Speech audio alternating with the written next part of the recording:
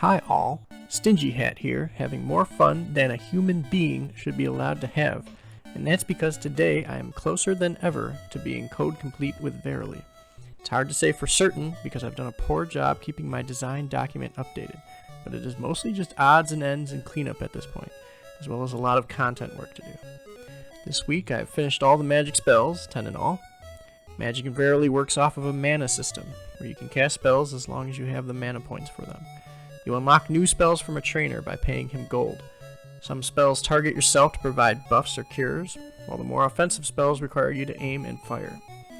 You're vulnerable while casting, but magic is very powerful and worth the risk. I haven't decided whether mana should regenerate or not. I don't like the idea of the player just sitting around waiting for their mana bar to replenish. This brings to mind the game design of several old DOS RPGs. See, in RPGs such as Ultima 1, which Verily is inspired by, they used to have a food system. This was typical in games of the era. In D&D games like Eye of the Beholder, they used a food system to keep you from resting your party constantly.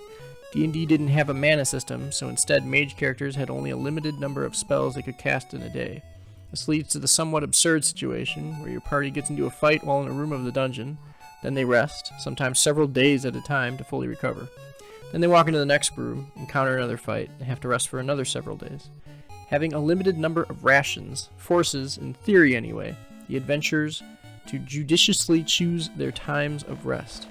In games like Ultima, food was more of just a way to slow the player's progress more than anything else, so you had to pay for it, and then you had to go back to shops to buy it every once in a while.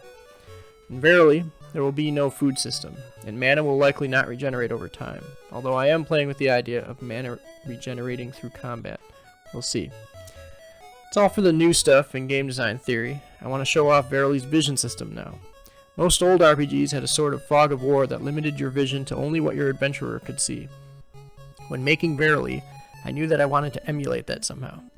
Monsters, items, and false walls will all be hidden from you until you look directly at them.